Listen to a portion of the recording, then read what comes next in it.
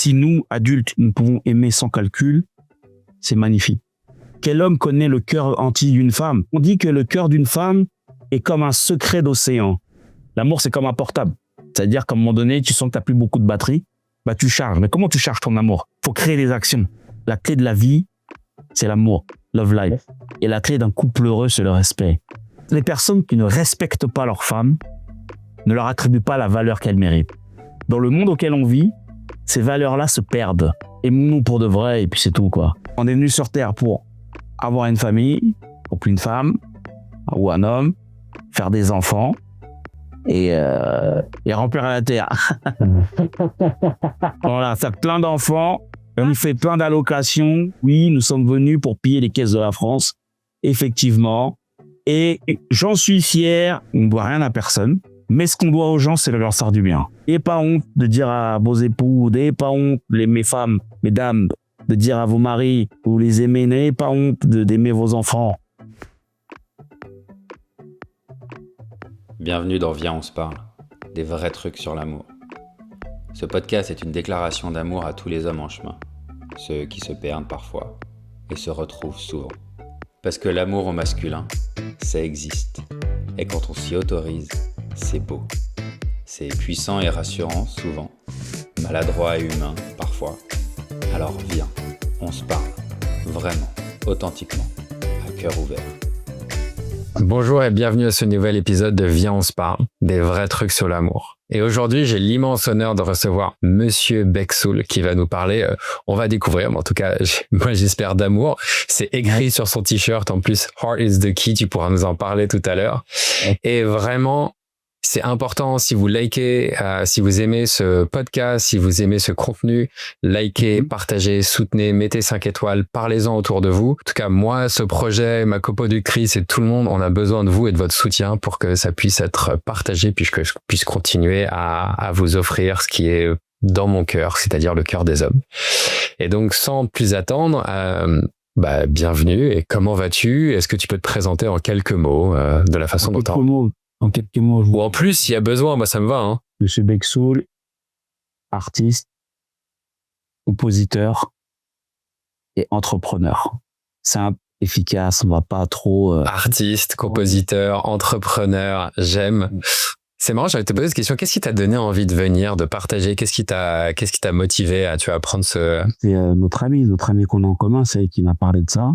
Donc, et puis elle m'a dit, voilà, ce serait bien que tu fasses ce podcast. Et elle a vu mes émissions, que j'avais fait mes trois saisons, depuis 2020 à 2023.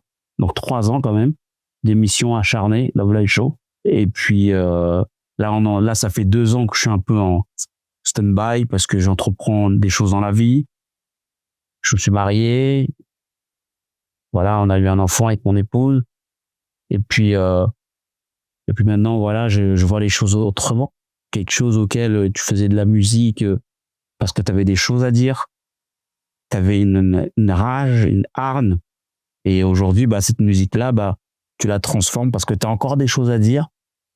Avec, je sais pas si je peux dire que j'ai encore cette hargne, mais c'est une autre hargne. Tu vois, c'est plus un feu qu'une colère. C'est plus le exactement, côté. C'est le mot. Voilà, on va dire que j'ai réglé certaines colères que j'avais en moi. Et aujourd'hui, dans ma musique, j'essaye de parler de choses plus positives. Ok. Transformer le mal par le bien et essayer de donner plus d'espoir. Et ça, c'est vraiment ta femme, ton enfant qui a changé ça? C'est ça que ça a apaisé ou ça? Quelque part, j'avais déjà ça un peu en moi. Quand tu fondes une famille, en fin de compte, t'as ton axe de priorité prend une autre tournure, prend une autre axe, prend un autre angle. Ok. Et c'était quoi tes priorités avant et maintenant? Et comment tu vois ton enfant ou ça t'a permis de changer ou d'alchimiser, tu vois, cette colère en quelque chose d'un feu d'amour plus qu'un feu de colère de hargne? Avant, je voulais prouver. C'est comme je sais pas si c'est Socrate qui dit ça, je suis, j'existe. Tu vois, Socrate, je pense, ou Platon qui dit je suis, j'existe. À l'époque, c'était ça. C'était, je voulais me faire entendre. Ok. Et aujourd'hui, je me suis tellement fait entendre avec mon groupe qu'aujourd'hui, j'ai plus rien à prouver. Et ça, c'est le mariage ou c'est l'enfant ou c'est les deux? Est-ce que tu te souviens du moment où t'as senti ce shift? Tu te dis si c'est le mariage, si c'est l'enfant, c'est infini, ouais. Ok, mais tu te souviens ce moment où t'es passé de ok, j'ai plus rien à prouver, j'ai plus à me faire, j'ai envie de partager plus que j'ai de besoin d'être entendu. C'est le jour, je pense que c'est le jour où je me suis dit je vais me poser dans la vie. Là, j'ai rencontré ma femme et puis je me suis dit vas-y, c'est bon. Je pense que j'ai plus rien à prouver et maintenant elle va m'accompagner, on va fonder une famille et on va maintenant plus aller encore loin dans mon délire artistique. Tu vois. Okay. Elle m'accompagne dans mon délire artistique. Aujourd'hui, j'ai pas le feu. J'ai de la chance. Voilà, dans ma vie, j'ai de la chance. Je pense que j'ai beaucoup de chance. Il y a des gens qui se réveillent tôt le matin, ils vont travailler ultra dur pour toucher un salaire, etc. Moi, aujourd'hui, j'ai cette chance de me réveiller quand je veux et gagner ma vie honnêtement et sainement et bien ma vie. Voilà. Cool. Est-ce que tu penses que c'est parce que tu t'es posé et que tu as arrêté de prouver que tu as rencontré ta femme ou c'est en rencontrant ta femme que ça a accéléré le processus? Non, c'est une bonne question. Est-ce que c'est parce que j'ai rencontré... Non, j'avais déjà ça en vérité. Je suis franc. J'avais déjà ce truc-là, mais en fin de compte, avec le fait que je sois avec ma femme et tout, ça accentue. Ça accentue parce que tu as une autre responsabilité. Parce que on n'oblige personne à se marier. Il y a des gens, ils sont célibataires, ils sont heureux célibataires. Il y a des gens, ils sont mariés, mais quand tu es marié, bah, tu as des responsabilités. Tu as un devoir. Et il faut comprendre le sens de pourquoi tu te maries. Et alors pourquoi c'était quoi ton sens à toi? C'était quoi ton sens à te marier? Je pense que, voilà, après, il y en a qui sont croyants ou non, mais je pense qu'en fin de compte, on est venu sur Terre pour créer une famille. Après, chacun pense ce qu'il veut. Hein. T'as vu? Bien sûr. Je respecte. Mais dans mon sens à moi, parce qu'on parle de moi. Ouais, c'est le but. Bah oui, c'est le but, on parle de moi, donc je dis mon sens à moi. C'est qu'on est venu sur Terre pour avoir une famille, donc une femme ou un homme, faire des enfants et remplir la Terre. Voilà, t'as plein d'enfants, un fait plein d'allocations. Voilà. C'est pour ça qu'on est sur Terre et je passerai un petit message disant que oui, nous sommes venus pour piller les caisses de la France, effectivement. Et j'en suis fier, nous sommes fiers. Et si vous n'êtes pas content, c'est pas grave. Voilà. Et puis parce qu'on a honte de le dire, moi je n'ai pas honte de le dire. Je ferai 20 gosses et j'arrêterai de travailler. Bon, après, il faut que ta chérie te suive dans ton délire. Je sais pas, est-ce qu'elle te suivrait dans ton délire d'avoir 20 gosses? Elle me suivra partout, mais bon.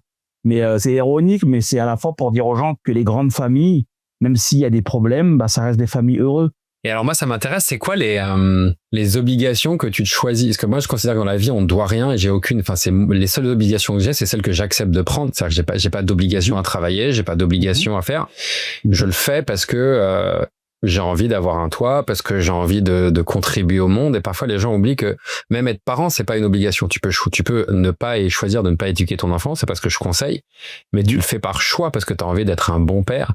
Et donc, c'est quoi pour toi les choix ou les obligations que tu te mets dans ta vie de couple qui te paraissent importantes, bah justement pour que l'amour ou que ça fonctionne avec ta chérie, ta femme, comme tu as envie de l'appeler. Alors oui, donc toi tu penses qu'en fin de compte on n'a pas d'obligation? Non, on n'a aucune. Pour moi, je considère que je dois rien à la vie me doit rien et que je me dois même rien à moi-même. Et en fait, pour moi, à partir du moment où je touche le fait que je dois rien et que la vie me doit rien, que les autres me doivent rien, dès qu'ils font quelque chose pour moi, c'est un cadeau.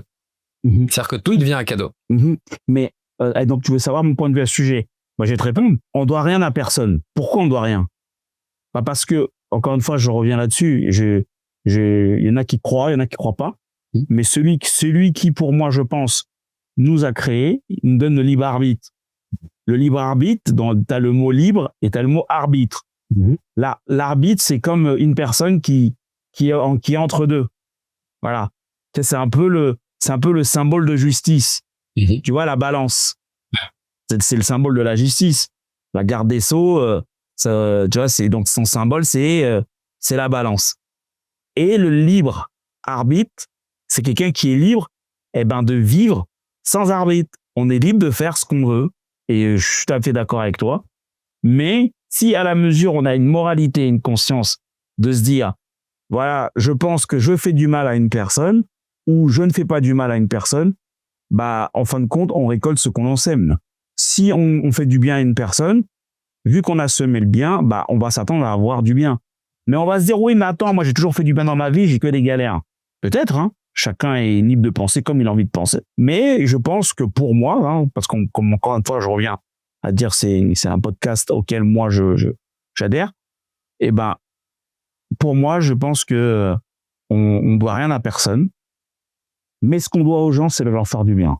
Ouais, en tout cas, pour moi, c'est ton manière de formuler, tu choisis de te mettre ce truc-là. Moi aussi, j'ai envie de contribuer à ce que ma chérie soit heureuse, que mes amis soient heureux et que les gens autour de moi soient heureux.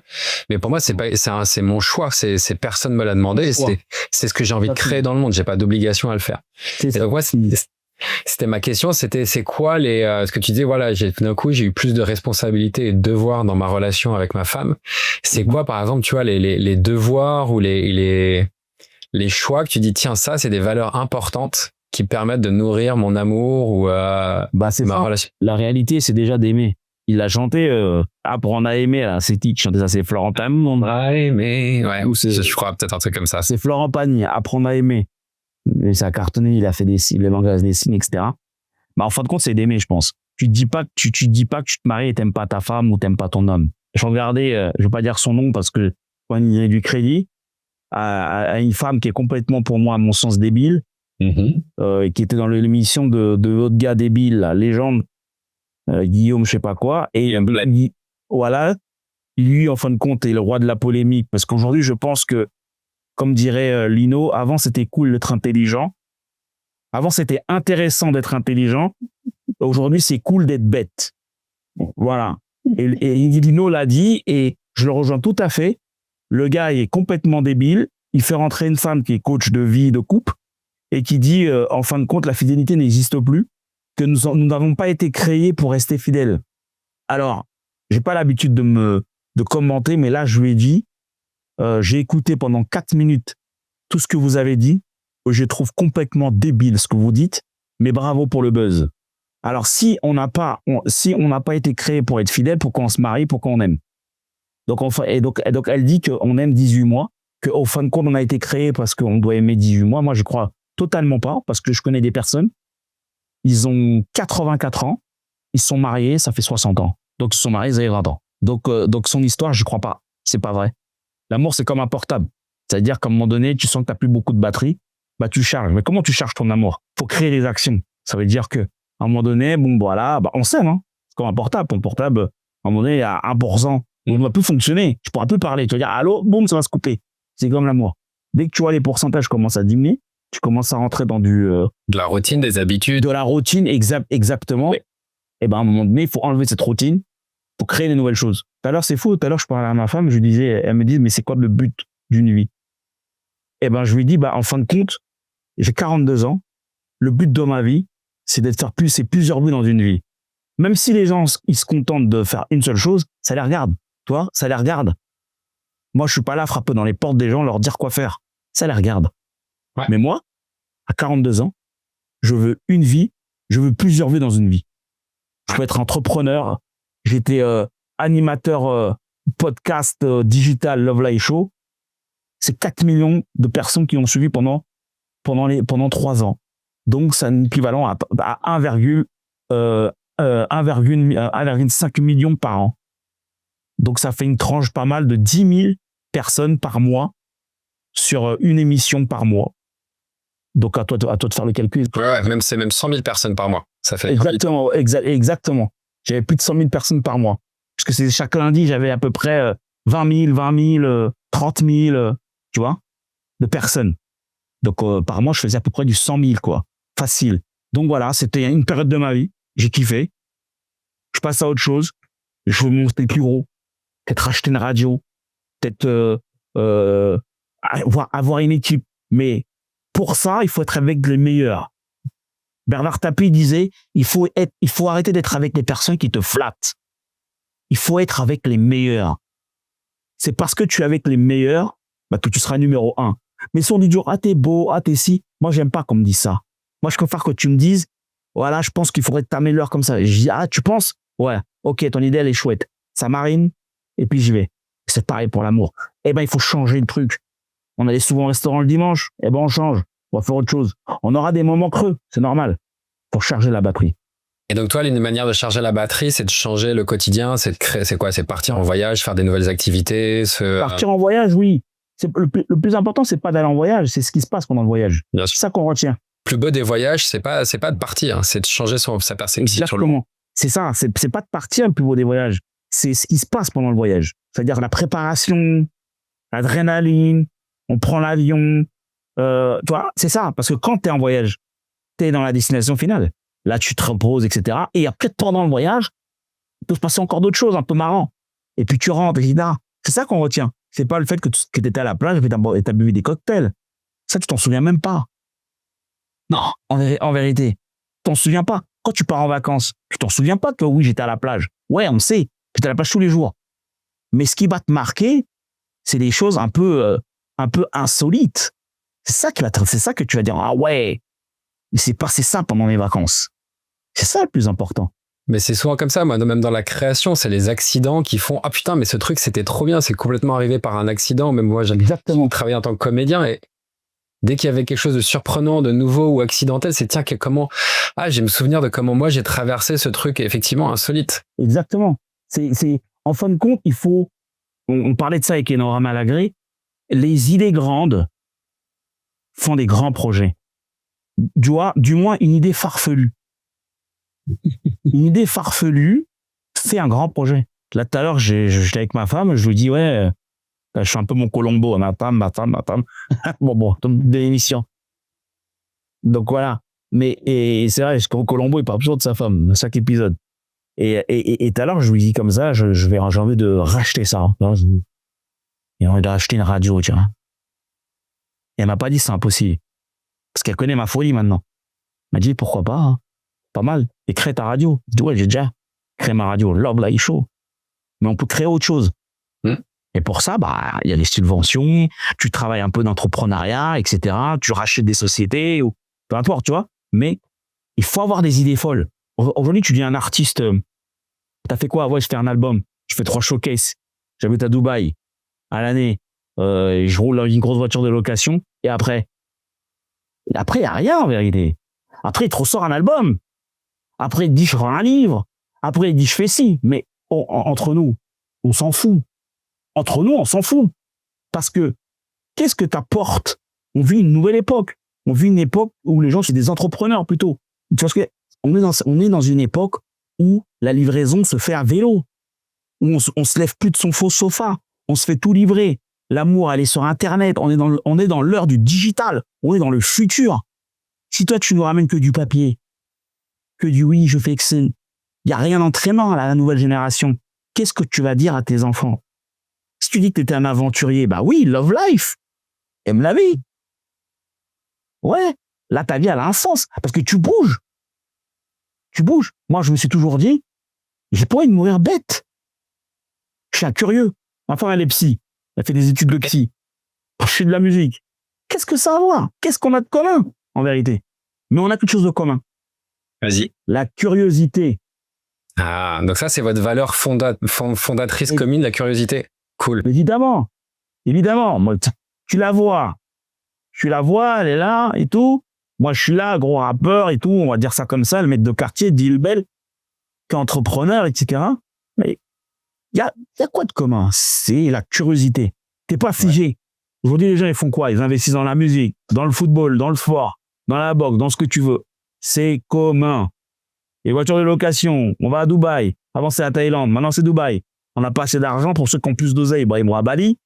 C'est toujours la même destination. Miami. Avant, c'était New York. Avant, c'était le Canada. Mais les gars, le monde est varié de choses. Il y a des milliardaires à Hong Kong. Est-ce qu'on les connaît? Non. Vous prenez que Elon Musk. Elon Musk, là, je sais pas quoi, là. Ouais. Ou Trump. Il y a que qu'on connaît. Mais c'est pas les plus riches du monde. Non, et puis c'est pas forcément les plus intéressants. Et c'est pas forcément les plus intéressants. Exactement. T'as des mecs qui sont à Hong Kong. Ils sont à comment ils s'appellent? À Macao. Mais bien sûr. Et pour revenir, attends, sur l'amour et ta femme, en tout cas, j'entends qu'à trouver une femme qui te soutient dans ta folie, dans ta curiosité. Et ça, je trouve ça chouette. Et pour moi, c'est vraiment aujourd'hui le fondement que je constate le plus, c'est quelles valeurs vous avez amis communes. Tu vois, c'est quoi les valeurs qui vous unissent et qui font que vous allez traverser. Alors, peut-être pas les 18 mois, mais moi, il y avait une phrase que j'aimais beaucoup comment elle s'appelait, de Catherine Deneuve, qui disait l'amour, la passion dure le temps que l'amour s'installe et arrive. Et donc, je pense qu'il y a potentiellement un truc physiologique, des gens qui disent que ça dure 18 mois ou 3 ans. Il y a un peu un truc passionnel ou un peu plus fusionnel ou un peu plus chimique qui vient soutenir la rencontre de personnes. Mais pour moi, l'amour, ça, c'est pas de l'amour. C'est juste de la chimie, c'est juste et que l'amour, il s'installe justement une fois que tu as réussi à traverser ces 18 mois, une fois que tu as réussi à traverser ces 3 ans et que t'es plus là par chimie, mais t'es là parce que t'aimes l'autre et que t'as les mêmes valeurs, que t'as envie de rire le matin, que t'as envie de t'endormir avec lui le soir et que t'as envie de créer un monde et de continuer à créer un monde tous les jours à deux.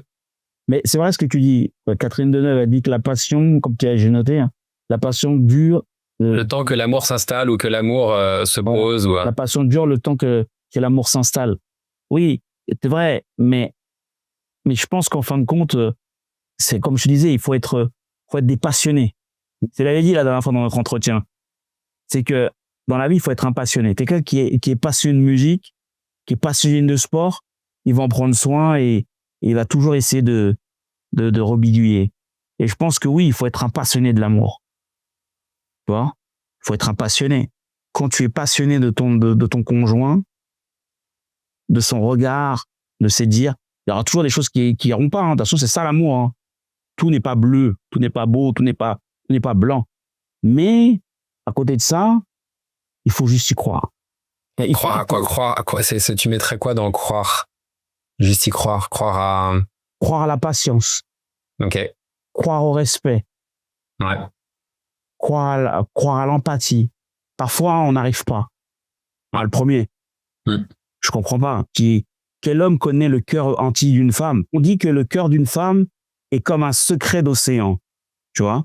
Le cœur d'une femme est considéré comme le secret qu'il y a dans un océan.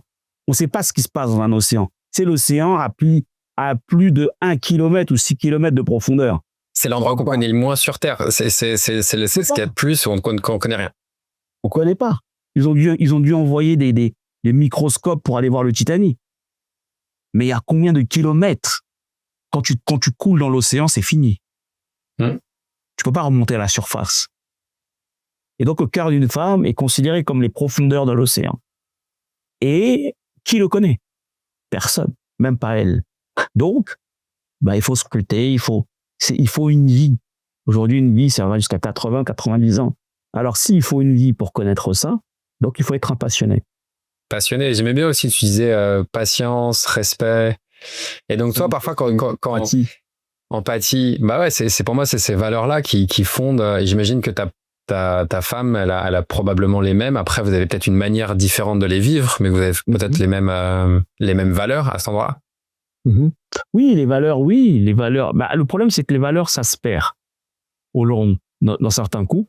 Nous, on tâche de les recharger, de les faire vivre, de les entretenir. Exactement. On part dans l'exemple du portable. Ouais. On essaie de recharger ces valeurs. Mais comment tu recharges des valeurs? Dis-moi ça, parce que ça allait être ma question. Donc, je suis très heureux que tu y répondes toi-même. Comment tu recharges les valeurs de ton conjoint? En adoptant le respect. Parce que je te respecte, je te donne de la valeur. C'est ce que je veux dire ou pas? Bien sûr. C'est-à-dire que, et dans cette valeur-là, c'est précieux. Je comprends ce que tu dis, je comprends ci, je comprends ça. Même là, ça me coûte prendre ce temps, parce que je suis en famille, je suis chez moi. Donc, elle me donne de la valeur. Elle sait que c'est important pour moi de faire cette interview. Donc, voilà, d'ailleurs, je l'en remercie.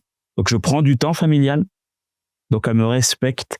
Elle respecte mon envie, mon besoin, surtout. Et donc, moi, à côté de ça, je le redonne. C'est qu'en fin de compte, les personnes qui ne respectent pas leur femme ne leur attribuent pas la valeur qu'elle mérite. Si tu respectes ton épouse, quelque part, tu lui attribues la valeur qu'elle mérite, elle se sent valorisée, elle te respecte, et elle te dit même, voilà, fais ce que tu as à faire, tranquille. C'est pas nos mamans, hein. C'est pas une autorisation, loin de là. Mais, dans le monde auquel on vit, ces valeurs-là se perdent. Ça s'appelle la coopération. Tu vois, nous, les hommes, on est les chefs de notre famille, mais on doit pas agir en tyran. Voilà, on doit coopérer. Voilà, qu'est-ce que t'en penses? Voilà, je vais faire ça, donc ça te dérange pas trop. Voilà, c'est important ça. Sinon, on est des soldats. Sinon, on est tais-toi, je fais ce que je veux. Et puis, tu vois, à un moment donné, elle est partie voir un autre mec, etc. Et donc là, l'amour se brise. Les amours qui se brisent, ça commence comme ça. Et de l'autre sens inverse, t'as des femmes qui sont très enfants, ne comprennent rien à rien, et qui zappent le côté valorisant de l'homme, parce qu'on dit qu'une femme veut être aimée, un homme veut se sentir respecté. Ouais, moi, c'était marrant. C'était un truc que j'avais entendu, en gros, qu'il y avait un peu les 3 trucs qu'ont besoin une femme et les 3 trucs qu'ont besoin un homme pour qu'il y ait de l'amour. Et chez la femme, il y avait se sentir adorée. Enfin, tu vois, de vraiment être respectée, honorée, adorée, adulée dans quelque chose, qu'elle sente l'adoration de l'homme pour elle. Et pour l'homme, c'était pas forcément, ça tournait un peu autour du respect, c'était sentir la loyauté. C'est-à-dire quelque chose il y a une loyauté de sa part envers nos valeurs, qui on est et ce qu'on a besoin, et comment nous on se respecte à l'intérieur de soi. Et alors, est-ce qu'on peut parler de Heart is the key? Qu'est-ce qui, on avait dit que ce serait bien que tu le mettes parce que voilà, j'adore le message. Et qu'est-ce qui te donne envie de soutenir cette marque? Et qu'est-ce que ça dit pour toi, le cœur est la clé? Le cœur est la clé. La question, c'est de savoir de quel cœur on parle et de quelle clé. Et surtout de quelle serrure. Et de quelle serrure. Voilà. Qu'est-ce qu'il ouvre? C'est la clé. En fin de compte, c'est la clé de la vie. Celui qui l'a fait, il s'appelle Zouliar. Très talentueux. C'est notre Picasso à nous. La clé de la vie, c'est l'amour. Love life. Et la clé d'un couple heureux, c'est le respect. Il y avait un ami à moi, il disait, d'ailleurs, il s'appelle Tequila, il disait, c'est en oubliant les bases de respect qu'on rétrograde. Tu vois, même si quelqu'un te fait du mal, te cause du tort, respecte-nous. Même si tu es jeté à terre et tu te sens écrasé, respecte-le. Pour toi, comment tu qualifierais, qu'est-ce que c'est que pour toi aimer aujourd'hui? Et en quoi ça a évolué depuis ta femme, la naissance de c'est fille ou fils, je sais pas, de ton enfant? Pour moi, je pense qu'aujourd'hui, il faut aimer en tout temps et il faut aimer sincèrement. Et comme je disais, les enfants aiment sans calcul. Si nous, adultes, nous pouvons aimer sans calcul, c'est magnifique. C'est ça en vérité. Ça veut dire que nous devons être sincères dans notre regard, dans nos gestes et surtout dans nos mots. Parce que les mots peuvent bâtir comme ça peut détruire.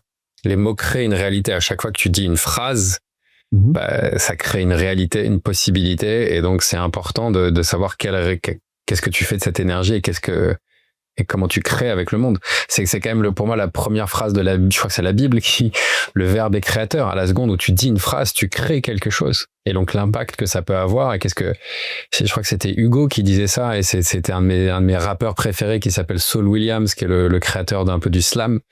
Et il l'avait repris dans un de ses concerts. Il disait, il y a rien de plus puissant qu'une idée dont l'heure est arrivée. Dont l'heure est arrivée. Et donc, effectivement, quand une idée, elle est mûre et quand ta pensée, elle est présente et que là, elle arrive à fruition, tu peux créer des univers, tu peux créer des mondes, tu peux... Les mots peuvent soigner les mots. M-A-U-X. Les mots peuvent soigner des mots. On peut en donner certains mots. Et donc, pour toi, aimer, tu dirais que ce serait quoi? Comment t'aimes ta femme, ou c'est quoi pour toi aimer aujourd'hui? Ça se présente comment? Qu'est-ce que tu dirais? Et j'aime avec tendresse, avec respect. Et j'aime tout. Voilà, quoi. Même quand elle m'énerve, je continue à l'aimer. Et même quand on n'est pas d'accord, on continue à s'aimer. Et puis quand il y a tout son contraire, sa douceur, son écoute, elle est venue me chercher. D'autres femmes, elle aurait dit, elle a la flemme et tout. Donc, non, tu vois ce que je veux te dire. Et je pense qu'en vérité, il faut être sincère. Des fois, on vivait une époque où tes mecs, ils étaient mariés, ils avaient des par femmes et tout, mais ils préféraient passer du bon temps avec des femmes qui étaient pas leurs femmes, quoi. Mais leurs femmes étaient à la maison à attendre. Et ils pensaient que c'était bien.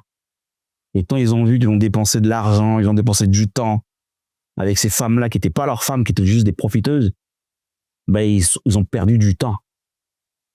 En fin de compte, on dit que le temps, on peut le perdre, etc. On peut le gagner. Moi, j'ai le temps, il faut le savourer. Mais si tu le savoures mal, tu le perds. Tu le perds quand? Tu t'en rends compte que tu l'as perdu. Parce que tu as dépensé et tu aurais pu faire autre chose à ce moment-là. Parce que le temps, dès qu'il est parti, il est parti. Il ne faut plus revenir en arrière. Ces personnes-là qui vont écouter ce podcast, aimez vos femmes. Sincèrement, un homme ne choisit pas sa femme. Faut le savoir, ça. Okay. C'est elles qui nous choisissent. Tu sais pourquoi? Parce qu'elles acceptent au fond d'elles de qui va être son guide, son chef de famille. Parce que nous, on va aller courtoiser la femme, ouais, ça va, nanana, on va la draguer, tout ça. Moi, c'était à une époque où j'aimais bien, où c'est quelqu'un qui me disait, tu sais, à cette époque un peu romantique où la femme, c'était d'abord la femme qui faisait tomber son mouchoir pour te dire, ok, toi, tu peux venir me voir. Mais il y avait ce truc très clair, cette codification de, je te donne la permission de venir me voir, maintenant, viens me voir ou viens pas me voir après si tu viens pas me voir et tout. Mais il y a quand même ce truc de, c'est moi qui t'ouvre, c'est moi qui t'ouvre l'ouverture. Et ça, c'est une question. Qu'est-ce qui fait qu'aujourd'hui, tu sais l'aimer pleinement? Qu'est-ce qui a changé en toi? Ou est-ce que c'est juste parce que c'est elle et qu'elle est incroyable et que tu sais l'aimer même quand elle te casse les couilles ou même quand vous arrivez plus à vous comprendre? Est-ce que c'est quelque chose qui a changé en toi ou c'est elle qui t'a amené à faire ça ou c'est dans cette relation que tu as découvert à faire ça? Qu'est-ce qui fait que aujourd'hui, parce que pour moi, c'est ça, aimer, c'est aimer l'autre dans sa globalité, dans les moments où il me saoule ou il me saoule pas. Et ça n'a rien à voir. Mais tu sais, ça, c'est la base. Quand t'aimes une personne, tu aimes sans calcul. Encore une fois, je le redis. Mais est-ce que ça a toujours été le cas dans toutes tes relations ou aujourd'hui, il y a quelque chose qui fait qu'avec elle ou juste avant, il y a quelque chose qui a changé qui fait que, parce que tout le monde ne sait pas faire ça. Oui, mais le problème, c'est qu'à la mesure où tu décides de te marier, c'est qu'avant, il n'y avait pas ça. Sinon, tu te maries pas maintenant.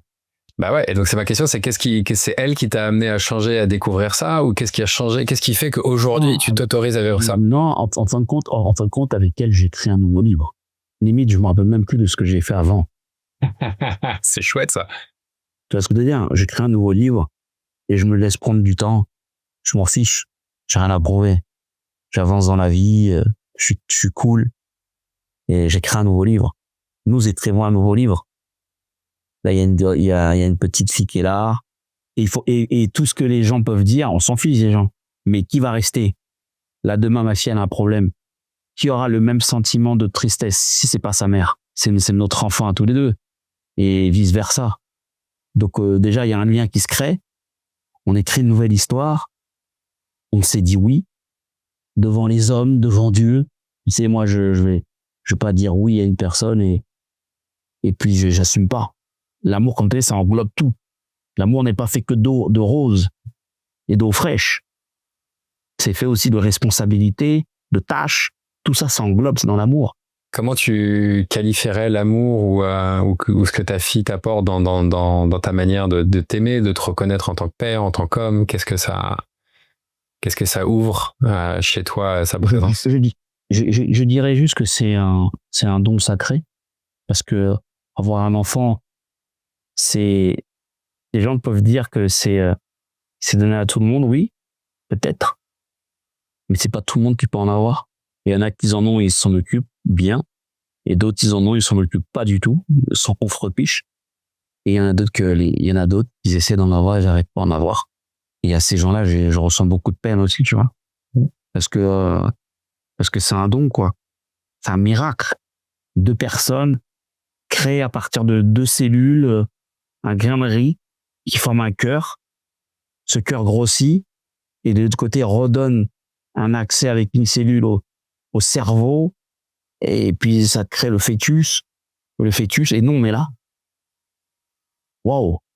Parce que d'ailleurs c'est le don de la vie et je pense que avoir un enfant ça change beaucoup de choses. Je saurais pas dire les mots exacts, mais en tout cas ça nous change beaucoup à nous. Quand t'es là, t'as fait un cauchemar, t'en as marre de la vie, ta fille elle est là, elle te rigole. Mais qu'est-ce que tu veux répondre à des gens qui t'harcèlent sur ton téléphone à raconter des bêtises? Il est là mon sens. Il est dans tu vois, dans la petite là, avec ses yeux, son petit cou qui sent un peu l'air. Tu peux dire, donc tu vois, il est là le truc, il est là la vie en vérité. Si vous avez des enfants, aimez-les plus que tout. Parce que si vous les aimez pas, c'est comme pour votre époux ou pour votre épouse. Parce que quelque part, vous vous aimez pas vous-même. Parce que c'est votre chair. Et les gens, ils ont des enfants, ils sont mariés, ils n'ont pas, moi, un mari. Ils pensent que c'est leurs parents qui vont gérer leur vie. C'est plus de l'amour. Votre amour, c'est votre cocon. C'est clair, on pense à une personne qu'on ne connaît pas. Ça devient votre mari ou votre femme. Mais avec cette personne-là, vous allez créer votre vie. Vos parents, ils ont fait leur boulot. On les respecte, il n'y a pas de souci. Mais là, avec la personne que vous avez décidé d'avancer dans votre vie, vous allez avancer dans votre vie. Vous allez avoir des enfants. Si vous n'en avez pas, c'est pas grave. Parce que c'est pas une fin en soi, il y en a qui ne peuvent pas en avoir. Mais ils aiment une personne qu'ils ont rencontrée dans leur vie. Pourquoi quand cette personne-là décède, on pleure? Parce que c'est une personne qui a été pendant 20 ans, 30 ans, 40 ans ou 60 ans dans notre vie. Ils ont formé une sorte de quotidien. On a formé une sorte de cocon, une sorte d'amour, une sorte de sas, dans un sas de bienveillance. Et c'est ça, l'amour en vérité. Et il y en a certains, ils oublient ce sens. Quand ils le perdent, Quand ils le perdent, ils se perdent. Enfin, de toute façon, c'est oublier l'amour, c'est oublier de vivre. Enfin, de toute façon, moi, on est venu pour, enfin, en tout cas, moi, un des sens de ma vie, c'est au-delà de repeupler la planète et de mettre plein de petits enfants, comme tu le disais. Moi, c'est d'aimer. Enfin, voilà, c'est pour moi, c'est la plus belle expérience que je peux avoir sur Terre. C'est aimer. C'est ça. Et tout à l'heure, tu parlais des cœurs des femmes. Qu'est-ce que tu mettrais dans le cœur d'un homme? Tu disais, voilà, le cœur des femmes, c'est comme le secret de l'océan. Qu'est-ce que tu mettrais dans le cœur d'un homme? Comment tu qualifierais de manière si tu arrives à avoir autant de poésie que pour le cœur d'une femme, le cœur d'une femme, c'est comme le silence profond dans un océan. Et le cœur d'un homme, c'est comme si on se retrouve dans un salon de western où le gars joue aux cartes. Okay. C'est le cœur d'un homme. Ça veut dire, il est un peu méfiant, il est silencieux et il n'exprime pas tout. C'est comme si on se retrouve dans une partie de poker. Un homme, il dit pas tout. Un homme, il tâche par pudeur, par fierté. Et pourtant, moi, c'est ce que je t'avais dit, moi, c'est ce qui m'avait touché quand c'était dans notre entrevue d'avant. Et même là, tu caches pas grand-chose quand même, parce que dans tes mots, je les trouve toujours très connectés à ton cœur. Enfin, je trouve que Oui, mais là, tu vas parler du cœur d'un homme. Là, je t'ai pas parlé de moi. Ah, ok. D'accord, d'un homme, ok. Bon. Ok, donc le cœur de la majorité des hommes, très bien, ça ressemble à un western. Parce que je me dis, toi, vraiment, depuis le début, souvent, je me dis, putain, vraiment, même si parfois, tu vois, on n'a pas le même vocabulaire, pas la même, on n'a pas le même passé. Mais j'adore comment je sens ton cœur quasiment à chaque mot, comment dans tes phrases, dans ta manière de parler de ta femme, dans la simplicité. Moi, je sens, et ça me, tu vois, j'en ai la chair de poule, je sens ta connexion à ton cœur et que c'est important pour toi de le partager, de l'offrir, et que love, il est là un peu partout. Et donc, pour moi, il y aura deux questions. C'est est-ce que tu peux me parler de ton cœur? Est-ce que ça a toujours été comme ça, ou comment tu t'es autorisé? Justement, tu me disais que tu faisais d'un milieu plutôt de banlieue. Comment tu vois ça? Comment est-ce que tu as fait pour que ton cœur soit toujours là de manière avant, tu me disais qu'il y avait un peu de hargne. Donc peut-être que ça s'est un peu épuré et poli avec le temps. Mais voilà, en tout cas, ton cœur, je le sens. Et donc je veux bien que tu me dises que ce serait toi la définition de ton cœur à toi aujourd'hui. C'est beau. J'aimais bien la phrase de Bouba qui disait que j'ai le cœur en miettes et que la pluie tombe et cache mes larmes. En fin de compte, dans mon cœur à moi, je sais pas s'il est en miettes, mais en tout cas, j'ai juste envie moi, je suis quelqu'un, j'ai des moments down dans ma vie, comme plein de monde. Je crois plus en rien, j'en ai marre de tout, j'ai tout plaqué. Mais je sais que c'est pas moi, c'est mon côté, mon foufou qui est en moi, mon côté bizarre. Il veut tout détruire. Mais mon cerveau reprend la raison et mon cœur, il veut juste faire du bien, sincèrement. Moi, j'aime pas me prendre la tête. J'analyse l'humain très, très vite. Et des fois, j'ai pitié pour l'humain. Je me dis, l'humain est bête d'agir injustement, d'agir avec beaucoup de malveillance, etc. Donc, c'est triste. Et les gens, ils courent derrière le succès, derrière l'argent. Et ils pensent que ça va nourrir leur cœur de choses bien.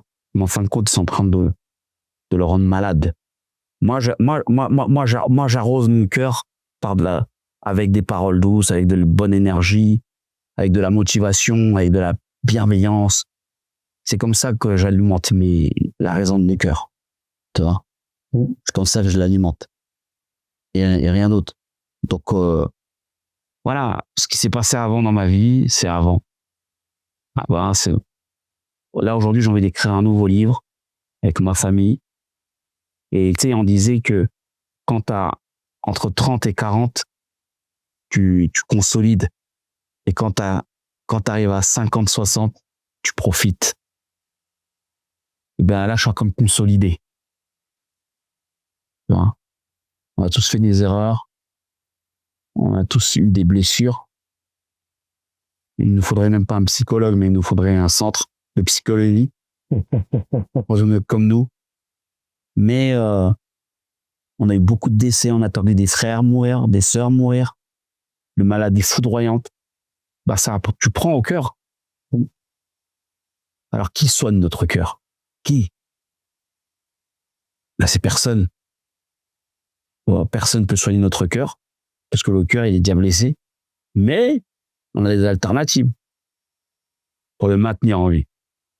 Du moins pour le maintenir en survie. Parce qu'on vit plus, on survit. Le monde, il va trop vite. On n'a plus trop confiance. Alors, on fait confiance. On essaie de faire confiance à cet amour, à tout. Mais voilà, quoi. Ouais, moi, je vois qu'un truc, moi, qui me, que j'aime et qui m'a vachement aidé là. Normalement, moi, là, on est en juillet. Je sais pas quand est-ce qu'exactement notre épisode sortira. Et normalement, le mois de juillet, je sais pas pourquoi. C'est un mois qui est difficile pour moi depuis 20 ans. Je pense que je suis en train de me dire qu'il faut que j'aille regarder. Et je vois que j'ai vraiment depuis quelque temps une pratique que j'aime faire le matin. Justement pour prendre soin de moi, où je me donne de l'aide à moi. Et tu vois, je refais mon truc sur mon cœur, où je touche mon cœur. J'ai souvent ce geste de caresser mon cœur. Et je me regarde dans la glace et tous les matins, je me demande à moi de quoi j'ai besoin. Et vraiment, depuis que je fais ça, ça a transcendé ma vie parce que je deviens mon premier meilleur ami. Je deviens mon premier allié. Et plutôt que me dire intellectuellement, tiens Marc, il faut que tu fasses ça, il faut que tu fasses ci et ce truc-là, vraiment tous les matins, je me dis, bah tiens, de quoi t'as besoin? Et c'est ouf parce que tu vois, il y a 4 jours, ça fait un moment, je me dis, tiens, à un moment, je vais arrêter les jeux vidéo parce que j'ai vachement rejoué pendant le confinement.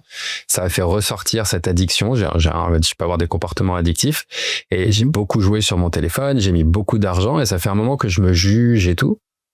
Et depuis un mois, il y a un truc qui s'est passé où je sais que le jour où j'aurai envie d'arrêter, j'arrêterai. Et je me ferai confiance. Et il y a un feu qui est revenu, justement, quand on parlait de feu.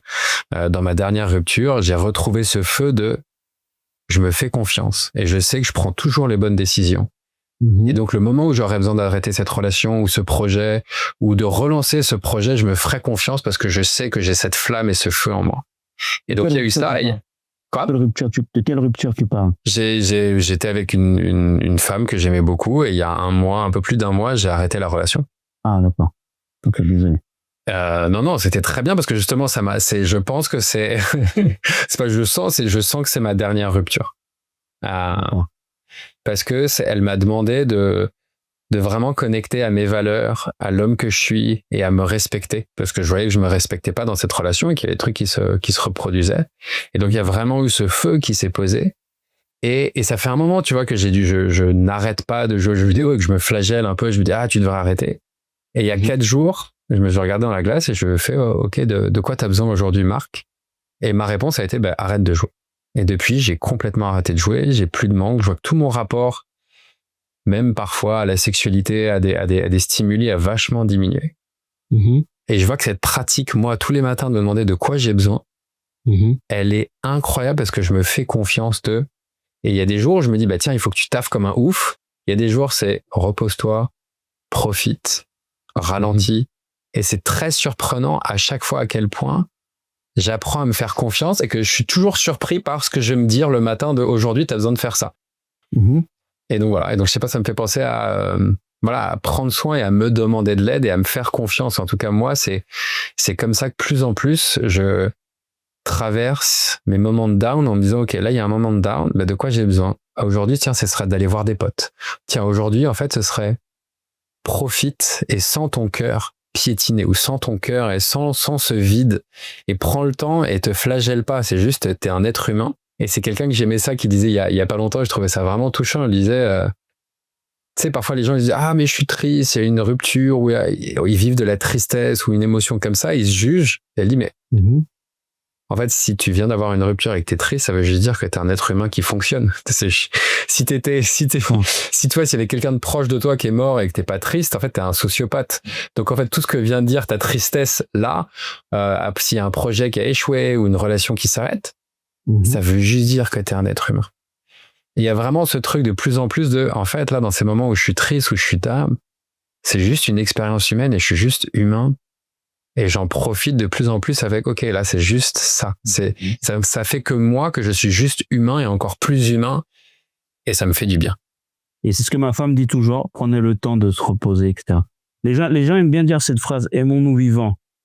Ouais. Moi, je dirais plutôt, aime les tiens ou aime celle que tu aimes pour de vrai, mieux que personne.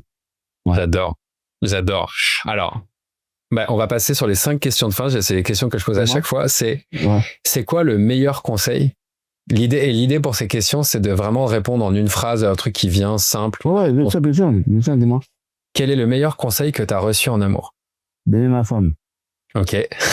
Tu te souviens qui te l'a donné? C'est toi qui te l'as donné à toi-même ou... Non, c'est un ami. Un ami, une fois, il m'a dit, tu sais, moi, je suis marié depuis 30 ans.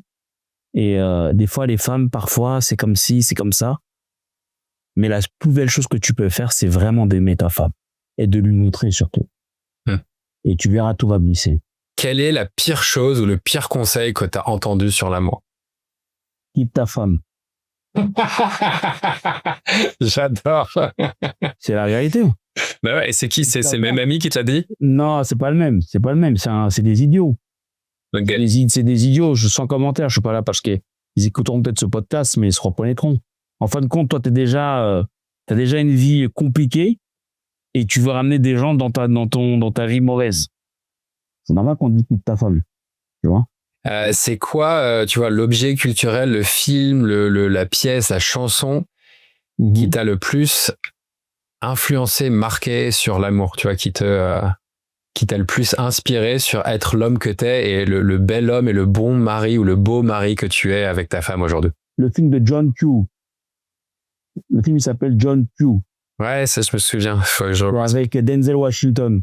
Ouais. On voit l'amour d'un père envers son fils qui est en train de mourir et qui met toute son énergie pour sa femme, etc. Ça, c'est un bon film, ça. Ça peut permettre de devenir quelqu'un, de devenir responsable. Oui, voilà, c'est ça. C'est celui-là que je vois en tête comme film. Voilà. Et c'est quoi c'est peut-être pas forcément ta chanson d'amour, ça peut être ta chanson d'amour préférée ou ta chanson qui te connecte le plus à l'amour, tu vois, justement, qui te rappelle que aimer c'est beau. Human nature. Ok. La nature de l'homme. Human nature. De qui cette chanson? De Michael Jackson. J'adore, je vais me refaire ça, je vais m'écouter les deux. Et dernière question, ce serait quoi la loi universelle, si tu pouvais passer une loi de conscience ou une loi humaine ou un truc que tous les gens ont à faire tous les jours pour créer un monde meilleur ou un monde plus d'amour, ce serait quoi la consigne, la loi, la règle que tu demanderais aux gens de respecter tous les jours? D'ouvrir un peu plus leur cœur, je pense. Ok. Et comment tu leur demanderais de faire ça? Est-ce que tu aurais une manière ou juste... De leur dire, en fin de compte, quand tu ouvres ton cœur, il faut savoir ce que tu mets dedans. Parce que ce que tu vas mettre dans ton cœur, c'est ce que tu vas ressortir. Et si tu mets des choses positives dans ton cœur, ce qui va sortir, ce sera plus du positif. Plein de gens l'ont chanté, Heal the World, We are the world, nous sommes le monde, etc. Plein de gens l'ont chanté. Michael Jackson l'a chanté, I Got to Be Your Lovin', de William Bell. Il y a plein de chansons d'amour qui parlent d'humanisme, en vérité. Tu vois, parce que tu peux dire, ouais, j'aime ma femme, j'aime mes enfants ou j'aime mon mari, mais tu manques d'humanisme. En fin de compte, tu aimes par intérêt. Parce que l'amour n'a pas de dans l'amour, je pense que l'amour, pour moi, je pense que l'amour n'a pas de matière. Ça veut dire dans le mot amour, il n'y a pas aimer comme si, voilà, aimer comme ça. Non, t'aimes, point barre. C'est tout. Voilà. L'amour n'a pas de définition précise. C'est un sentiment. Intense, tu vois, c'est des mensonges. Ouais, amour intensément, amour. Non, t'aimes, point barre. Après, il y a des différentes cas. Et après, il y a des différentes. Ils ont créé dans le temps antique l'amour agapé, l'amour si, l'amour lobe. Mais en fin de compte, t'aimes. Maintenant, c'est à toi, dans ton psychique, dans ton côté intellectuel, de savoir comment tu vas aimer. Comment t'aimes ton enfant. C'est pas les gens disent que c'est pas le même amour, comment t'aimes ta femme ou ton truc. Évidemment. Puisque avec ton mari ou avec ta femme, votre amour va vous pousser à des choses intimes. C'est ce que je veux dire, à des touchés très intimes. C'est pas le même que tu vas faire à ton enfant. Sinon c'est de l'inceste. D'accord avec moi? Et c'est de l'inceste, c'est de l'attouchement et puis c'est de la folie. C'est ce que je veux dire. Donc, à un moment donné, c'est à nous de savoir comment on peut aimer telle ou telle personne. Ta sœur, ton ami. Tu vas pas aimer une amie ou un ami comme t'aimes ton mari ou ton épouse. Aimons-nous pour de vrai et puis c'est tout, quoi. Ça me va. Love life.